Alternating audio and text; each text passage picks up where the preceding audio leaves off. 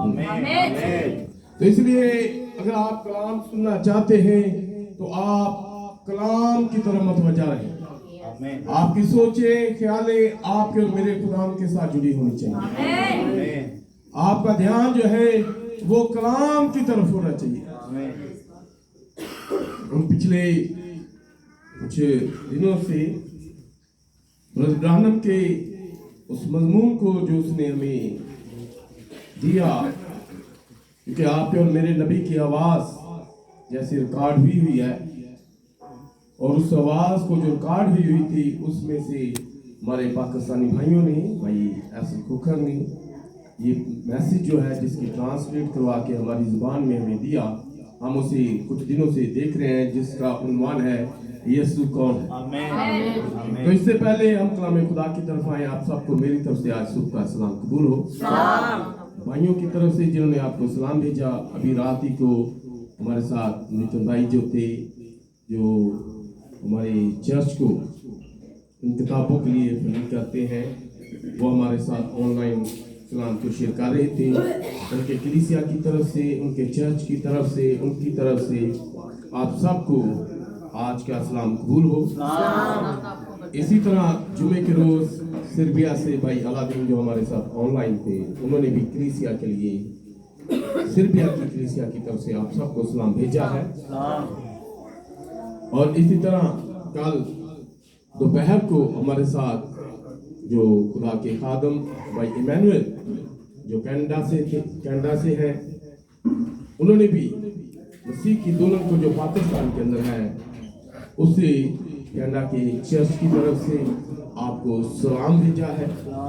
और आप सब जानते हैं ये हफ्ता जो हमारा था बहुत बिजी था, अक्सर ही ऐसे हमारे साथ होता है, और ये अच्छी बात है कि हम ज्यादा वक्त जो है खुदावंद की हजूरी में गुजारें। तो हमारे पास हमारे अपने कुछ पाकिस्तानी भाई जो मुख्तलिफ शहरों से, गोजरा 424 से खुदा के खादम भाई सरफराज जो थे, बुजुर्ग खादम जो है पाकिस्तान के अंदर, जिन्होंने शुरू में 1972 में जब पाकिस्तान में ये मैसेज आया तो इस पैगाम को वो लेकर आज तक इस पैगाम के साथ खड़े हैं। हमारे साथ वो भी इसी हफ्ता में थे। और इसी तरह कराची से हमारे साथ एक भाई अच्छे सोत्रा थे, आपने उन मीटिंग्स को अटेंड किया, यकीनन बरकत को पाया है। और आज फिर हम कलाम खुदा से इसी तरह बरकत को हासिल करेंगे। और उन चर्चिस की तरफ से, मुकद्दम की तरफ से आपको एक बार फिर सलाम, क्योंकि जब वो अपने घरों को वापस पहुंचे तो उन्होंने कहा कि कलीसिया को हमारा सलाम कहिए। तो आए कलाम खुदा में से हम अपनी नसीहत के लिए, अपनी तरबियत के लिए उसी तालावत को जिसे हम काफी दिनों से कर रहे हैं, आपके और मेरे खुदा यीशु मसीह की इंजील जो लूका रसूल की मार्फत लिखी गई, उसका 19 बाब और उसकी पहली आयत से 10 आयत तक हम कलाम खुदा की तलावत करेंगे। कलाम अक़दस में यूं लिखा है, वो यरू में दाखिल होकर जा रहा था और देखो ज़कई नाम एक आदमी था जो मसूल लेने वालों का सरदार और दौलतमंद था। वो यीशु को देखने की कोशिश करता था कि कौन सा है, लेकिन भीड़ के स्वभाव से देख ना सकता था, इसलिए कि उसका कद छोटा था।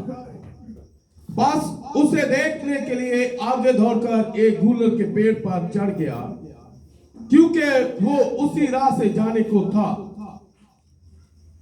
जब यीशु उस जगह पहुंचा तो ऊपर निगाह करके उससे कहा, ऐ ज़कई जल्द उतर आ, क्योंकि आज मुझे तेरे घर रहना जरूर है। वो जल्द उतरकर उसको खुशी से अपने घर ले गया। जब लोगों ने ये देखा तो सब बुड़बुड़ाकर कहने लगे कि वो तो एक गुनाहगार शख्स के यहाँ जा उतरा। और ज़कई ने खड़े होकर खुदावंद से कहा, ऐ खुदावंद देख, मैं अपना आधा माल गरीबों को देता हूं, और अगर किसी का कुछ नाहक ले लिया है तो उसे चौगुना अदा करता हूं।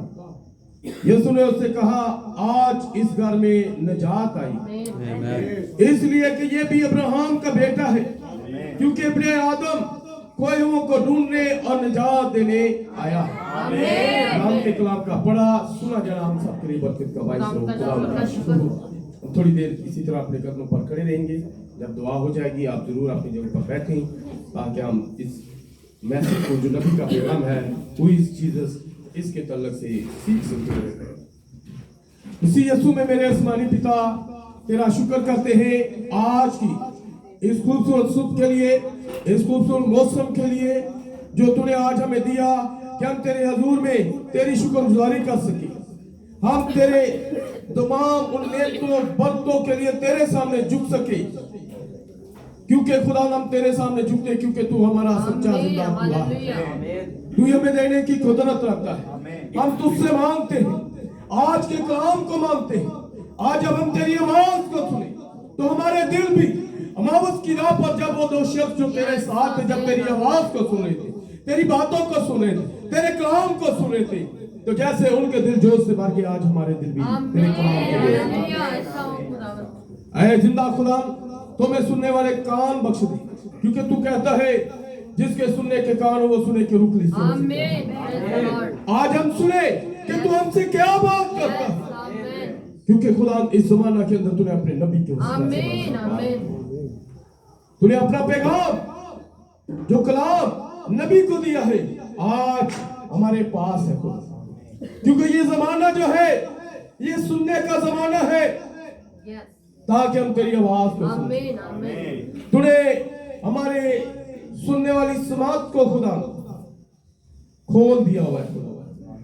तूने हमारे कानों में वो मुकाशवा 10 बाब के एक ऐत वाले फरिश्ता की उंगल को और मुकाशवा 10 बाब की 7वीं वाली उंगल को भी हमारे कानों में लगा दिया है, ताकि हम बाइबल को और नबी के पैगामात को हम खुदा जान सके, अपने दिल में जगह दे सके।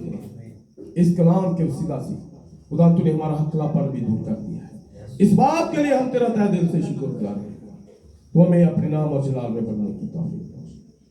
आज जितनी देर हम यहाँ पर बैठे रहे, तू हमारे साथ बात कर, तेरा बात करना हमारे अंदर जिंदगी का सबब ठहरे। हम उस जिंदगी को हासिल करें जो तेरे कलाम के अंदर है। तेरा नबी कहता घास सूख जाती है, फूल मुरझा जाता, लेकिन तेरा कलाम अब तक है। आज हम उस कलाम को सुने जिसके अंदर जिंदगी छू लेना खुदा बड़ी बरकत है। यीशु मसीह के नाम से आप सब अपनी जगह पर बैठ सकते हैं।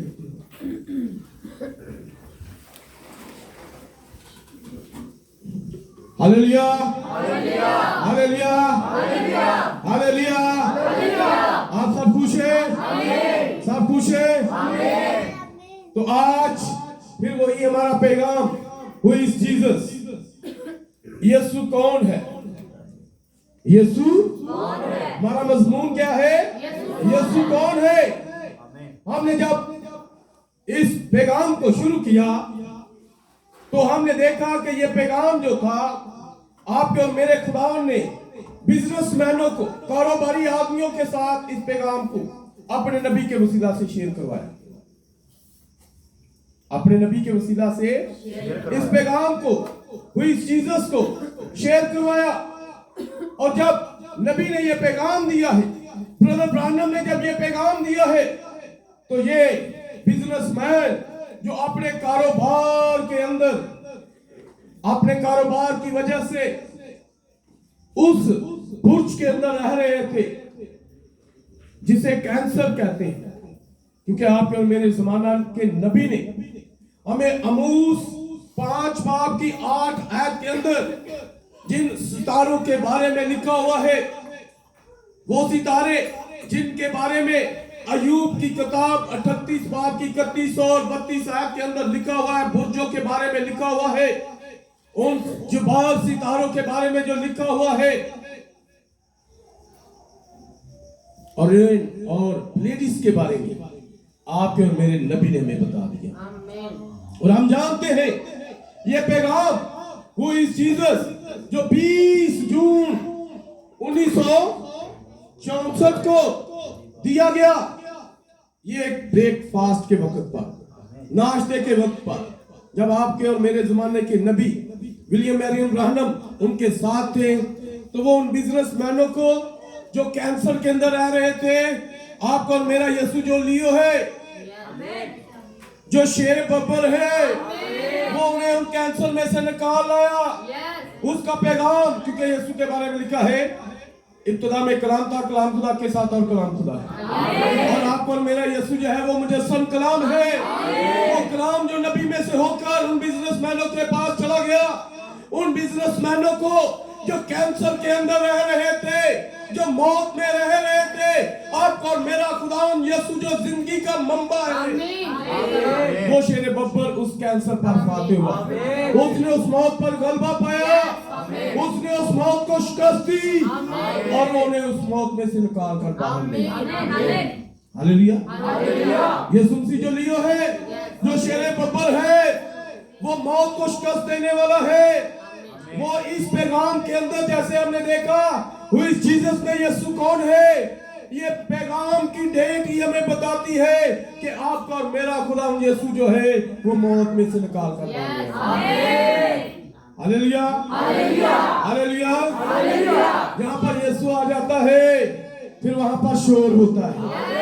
नबी ने हमें बताया कि जब सरदार काहिन जो थे वो हैकल के अंदर वो पाक-तरीन मकाम पर जाते थे, तो अपने साथ घंटियां बांधते थे।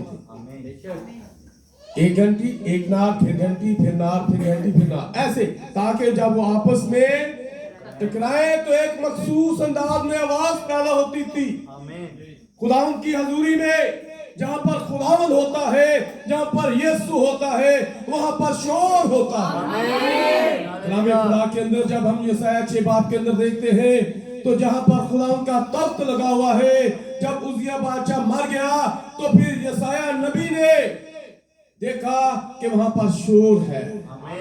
फिर उस बुलंदी पर कोई 3 खुदा नहीं, बल्कि एक ही खुदा, जो आपका और मेरा खुदा पुराने अदनामा का यहोवा और नए अदनामा का यीशु है। एक ही पर एक ही खुदा नजर आया, और वहां पर शोर था। कौन सा शोर? कदूस, कदूस, कदूस का शोर था। हालेलुया। जहां पर यीशु होता है वहां पर शोर। शोर का मतलब क्या है? कि जिंदगी। हालेलुया। जिंदा से बोलोगे ना। देखिए, बंदा मर जाए तो फिर नहीं बोलता। जब वो काहिन मसीह की हजूरी में होता था, खुदा की हजूरी में होता था, वो पाक-तरीन मकाम में होता था, जब घंटियां बजती रहती थी, तो इसका मतलब है कि सरदार काहिन जिंदा है। तो जो शोर बंद हो जाता है, मतलब है उत्ते की आ गई है। इसलिए तो ब्रदर कहते हैं, स्पेस ना दो आप। हालेलुया, हालेलुया, आमीन कहते रहे, ताकि वो जिंदगी, ताकि पता चले कि यहाँ पर मसीह आपके अंदर है, आपके साथ है, क्योंकि उसने कहा कि 2 या 3 मिलकर मेरा नाम लोगे मैं तुम्हारे। वो जिंदगी आप पे काम करती रहेगी, आप उस जिंदगी से मुस्तफीद होते रहेंगे, वो जिंदगी आपके अंदर सराहत करती रहेगी। आपको और मेरा खुदा हमें मौत में से निकालकर जिंदगी मिले। आपको और मेरा खुदा जब हम उसकी हजूरी में होते हैं, तो जिंदगी हमारे अंदर आ जाती है, फिर हमारे दिल जोश से भर जाते हैं, फिर हम चुप नहीं रहते, फिर हमारे अंदर से आवाजें आती हैं। हालेलुया की आवाज, आमीन की आवाज, प्रेज द लॉर्ड की आवाज, फिर हम ये कहने वाले होते हैं, हालेलुया, हालेलुया। हमने पिछले दिनों में आपके और मेरे खुदा के बारे में बहुत सारी बातों को सीखा। हमने सीखा था कि आपका और मेरा खुदा यीशु मसीह हीरा है। इस पैगाम के अंदर आपके और मेरे खुदा को नबी ने बताया कि वो हीरा है। क्या है? हमने इसके बारे में भी सीखा था कि आपका और मेरा खुदा यीशु कौन है? यीशु एक हीरा है, और उसमें से 7 रोशनियां निकलती हैं। आपका और मेरा खुदा बाप जो आसमान पर है, आसमान जो लाल है, आसमान जो बाइबल बताती है आसमान लाल है, और उस लाल में से जो आपका और मेरा खुदा जो आसमान पर है, जब वो आपको और मुझे देखता है, बेशक हम जमीन पर रहते हुए, इस बदन के अंदर रहते हुए कोई गलती खता करते हैं, लेकिन एक चीज है, जो यीशु मसीह का लहू जो लाल है, जो सुर्ख है, जब उस लहू को हम अपने ऊपर देखते हैं तो लाल को लाल में से देखते तो वो सफेद नजर आता है। आपका और मेरा खुदा जब हमें यीशु के लहू में से देखता तो फिर सफेद, रास्तबाज, पाक, साफ, धुले हुए नजर आते हैं। जैसे कलाम खुदा के अंदर मत्ती 17 बाब के अंदर लिखा है कि आपके और मेरे खुदाम को जब कहां पर ले जाया गया, पहाड़ पर, जब उसे ऊंचे पर ले जाया गया तो उसका चेहरा आफताब की मानद चमक रहा था। उसका चेहरा आफताब की मानद, ये बादल, ये चेहरा जो आफताब की मानद चमक रहा था, तो उसकी पोशाक जो है वो क्या थी? वो सफेद, बर्फ की मानद सफेद बुराक थी, वो सफेद थी। ये पोशाक जो है, ये चेहरा जो है, ये सर है, ये आपका मेरा मसीह है, पोशाक है, ये बदन ने पहनी हुई है, और बदन क्या है? ये कलीसिया है, और कलीसिया के अंदर दुल्हन है। दुल्हन जो है वो साफ और शफाफ है, वो सफेद है। क्यों? इसलिए कि ये सब के ऊपर आकर भर चुका है। आप और मेरा खुदाम जब आप पर आकर ठहर जाता है तो फिर आप पाक और साफ, फिर आप साफ शफाफ होते हैं। हालेलुया। जीसस, यीशु कौन है? वो हीरा है, उसके अंदर से 7 कलम निकलते हैं, 7 रोशनियां निकलती हैं, और वो रोशनियां हमारे लिए हैं, वो हमें चमकाने के लिए है। कहीं हम तारीकी में तो नहीं है। अगर तारीकी में है तो वो रोशनी हम पर आकर ठहर जाती है। वो रोशनी जो कलाम खुदा के अंदर हम देखते हैं कि ये रोशनी इस्राएलियों पर थी, ये रोशनी उनकी रहनुमाई कर रही थी, ये रोशनी उनकी रहनुमाई कर रही थी। ये रोशनी हम कलाम खुदा के अंदर बारहा देखते हैं कि ये रोशनी बारहा आपको नजर आएगी। ये रोशनी वही रोशनी है जो पतरस पर चमकी तो वो कैद खाना में से बाहर आ। आमीन। ये रोशनी वही रोशनी है जब सौल, जो अपनी मिशन का, अपनी तंजीम का एक बड़ा पक्का शख्स था, जब ये रोशनी उस पर चमकी तो वो उस मिशन में से बाहर निकल आया। फिर वो सौल सौल न रहा बल्कि पौलुस बन गया, एक मसीही बन गया, और वो खुदा का पैगाम लोगों तक पहुंचाने वाला। हालेलुया। आज वही रोशनी आप और मेरे जमाना के नबी के ऊपर है, हम उसी रोशनी के अंदर है। वो रोशनी आपके और मेरे जमाना के अंदर, आपके और मेरे जमाना के नबी विलियम मैरियन ब्रानम पर आकर ठहर गई। वो लदीकी कलीसिया जमाना के पैगंबर पर आकर ठहर गई है। वो रोशनी आपके और मेरे लिए है, ताकि हम जब निकल रहे हैं, हम खरूज कर रहे हैं, हम इन तंजीमों में से बाहर आ रहे हैं, क्योंकि आपके और मेरा जमाना का नबी कहता है, ऐ मेरी उम्मत के लोगों, इनमें से हमें इनमें से बाहर निकलना है। कांदली बाहर निकलना है। किस लिए बाहर निकलना है? क्या बाहर निकलकर फिर कितने आगे खलो जाइए, बल्कि हमें अपने सफर को यशवा और कालब की तरह जारी रखने की जरूरत है, इसलिए ताकि हम हनूक की तरह उस एक्सरसाइज को जारी रख के, अपने सफर को जारी रख के, अपने उस चक्कर को पूरा करते हुए हम आसमान की तरफ चले जाएं। बाहर निकल के आगे फिर के खलो नहीं जाना।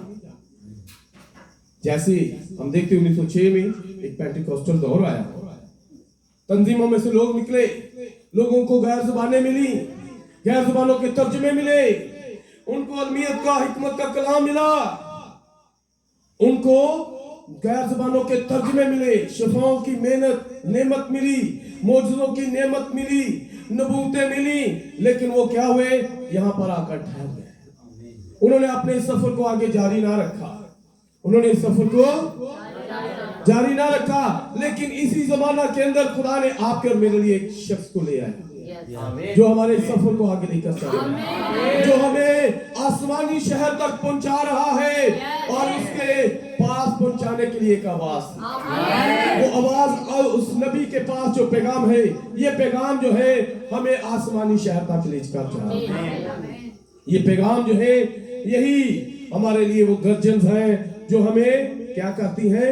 हमें उड़ने में हमारी मदद करती है, जो हमें वो जोर देती है, जो हमें वो ताकत देती है, ताकि हम क्या करें, हवा में उड़कर खुदा उनका इस्तकबाल कर सकें। Hallelujah, hallelujah, hallelujah, hallelujah. तो मेरे भाइयों, मेरी बहनों, हमने पिछली बार बहुत सारी बातों के बारे में सीखा कि आपका मेरा यीशु क्या है। तो हम एक बात पर पहुंचे थे कि आपका और मेरा खुदा अकाब है।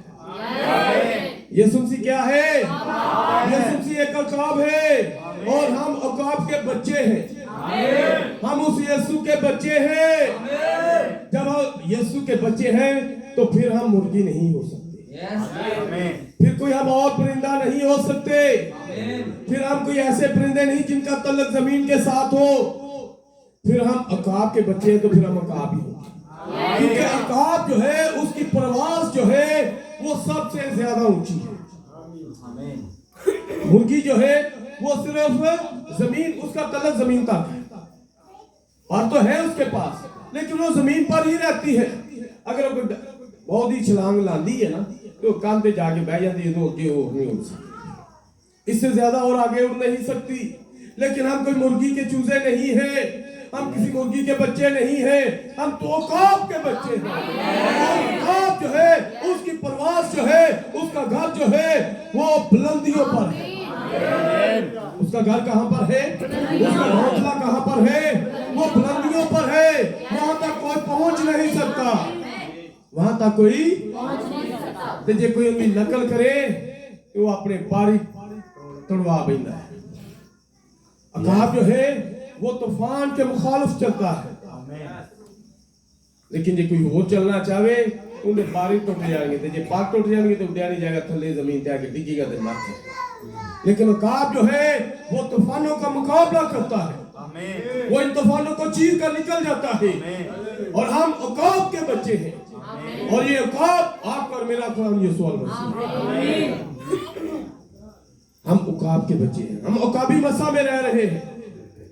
जैसे मैंने आपको कई बार बताया, मत्ती की जो अंजील है वो शेरे बब्बर वाले मसा को बयान करती है, मरकज की अंजील जो है वो बैल वाले मसा को बयान करती है। हम जिस अंजील में से आज हमने पढ़ा लूका, ये इंसानी मसा वाली अंजील, और एक यूहन्ना की अंजील जो अकाबी मसा, और हम जिस जमाना के रह रहे हैं अकाबी जमाना है, ये ईगल एज है, ये अंधेर का जमाना है। हमारा तल्लक जमीन के साथ नहीं, हम अकाब है, हम बहुत जल्द उड़ने वाले हैं।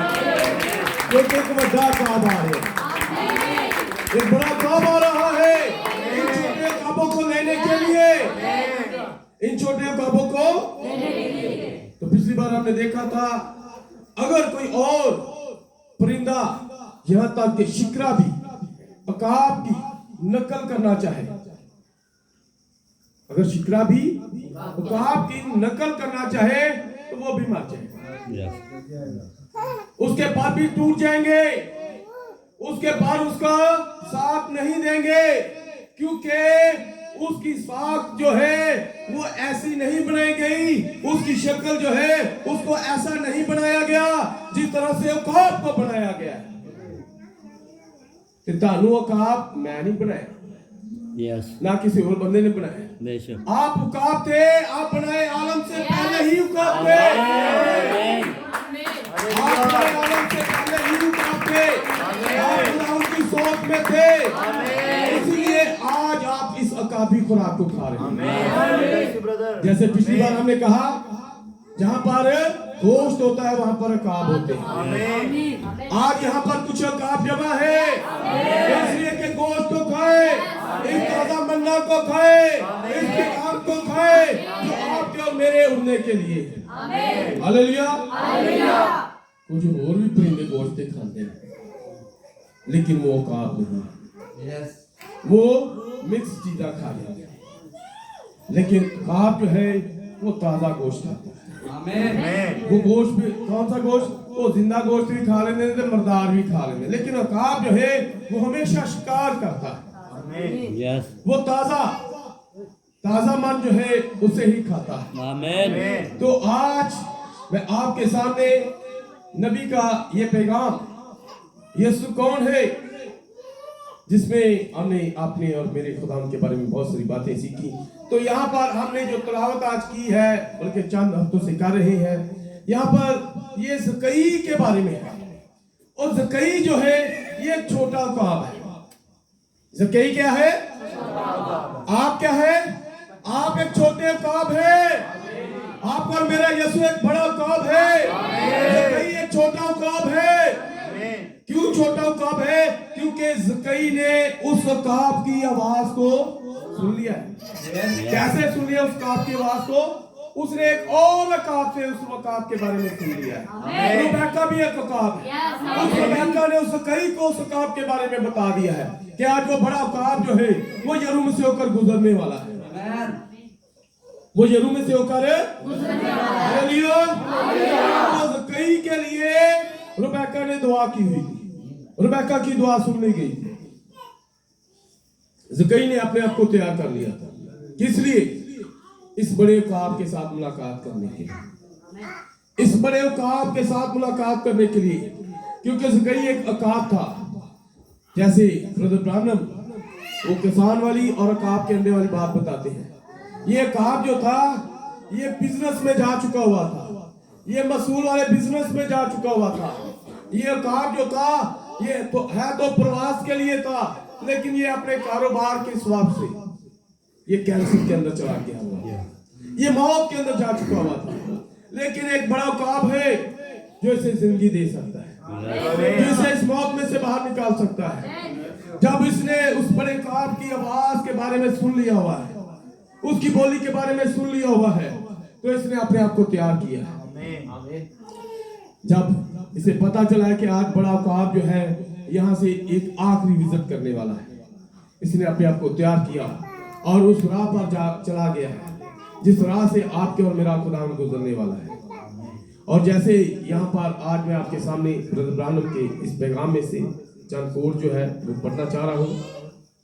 तो मैं आपके सामने कोड जो है 121 पढ़ने वाला हूँ। यहाँ पर लिखा है, एक और बात, जब वो वहां पहुंचता है, क्या हुआ? अगर वो वहां पहुंचे मगर अंधा हो जाए और कुछ भी देख ना पाए, देखिए उसके पास वो आंखें भी होना जरूरी है। ज़कई के बारे में कि ज़कई वहां पर पहुंचे और वहां पर वो अंधा हो जाए। ब्रदर कहते हैं उसके पास आंखें होनी जरूरी है। कौन सी आंखें? वही आंखें जो अंधे बरतमाई के पास थी। बेशक ये आंखें नहीं थी, लेकिन जब उसने सुना कि यहाँ से यीशु गुजर रहा है, यरूम में से यीशु गुजर रहा है जो मुझे आंखें दे सकता है, ब्रदर ब्रानम कहते हैं कि उसके पास आंखें भी होना जरूरी है, ताकि जब वो वहां ऊपर हो तो जान सके कि वहां क्या कर रहा है।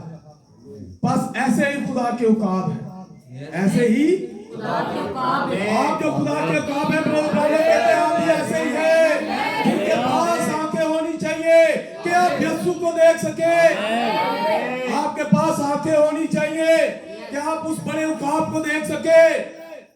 आप उस बड़े उकाब को देख सके, ताकि जब वो वहां ऊपर हो तो जान सके कि वो वहां क्या कर रहा है।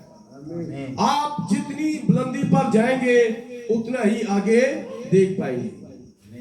ब्रदर ब्रानम कहते हैं जितनी भी बुलंदी पर आप जाएंगे उतना ही आगे को ज्यादा देख पाएंगे। और ये बुलंदी क्या है? ये बुलंदी क्या है जिसे इस जमाना के लोगों ने कूड़ा और करकट जाना, जिसे इस जमाना के लोगों ने हकीर जाना, जिसे इस जमाना के लोगों ने आपके और मेरे खुदा को रद्द कर दिया। आज मिशनें भी रद्द कर रही है। जैसे उस जमाना में जब आपका और मेरा खुदा 2000 साल पहले है उसे रद्द कर दिया गया, आज फिर ऐसे कलाम को हकीर जाना जा रहा है, इसे रद्द किया जा रहा है, इसे हकीर जाना जा रहा है, इसे कूड़ा करकट जाना जा रहा है। लेकिन आपके और मेरे जमाना के नबी ने कहा कि जैसे आप बुलंदी पर जाते हैं, अकाब बुलंदी पर जाता है तो वो उतना ही ज्यादा दूर तक देख पाता है। जितना थल्ले आंदा है उतनी बनाई घट होती, लेकिन जितना ही ज्यादा ऊपर जाता है उतनी उसकी बनाई तेज होती जाती है।